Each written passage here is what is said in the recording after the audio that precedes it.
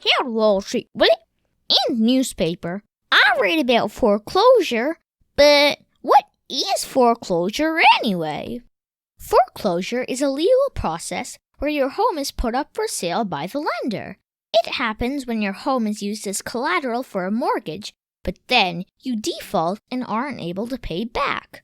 Then the lender can foreclose your home to recoup the remaining loan amount with the money generated by the sale of your property. We publish a video every week, so please click subscribe if you haven't already. It's free. Who takes the decision to foreclose? After you default on mortgage payments, the bank or financial institution that lent you the money for your home decides if and when to foreclose. Are there any negative consequences of a foreclosure?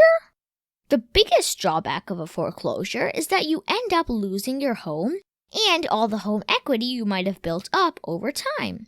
Foreclosure also has a huge impact on your credit report and score, making it very difficult to get other loans after a foreclosure.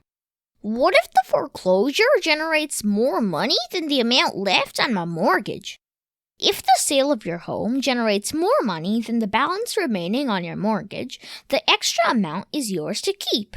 The lender only takes the amount of the loan you haven't paid off. What if the sale generates less money than my mortgage balance?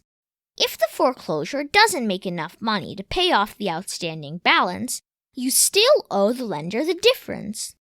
How can I prevent foreclosure? There are two ways to prevent a foreclosure.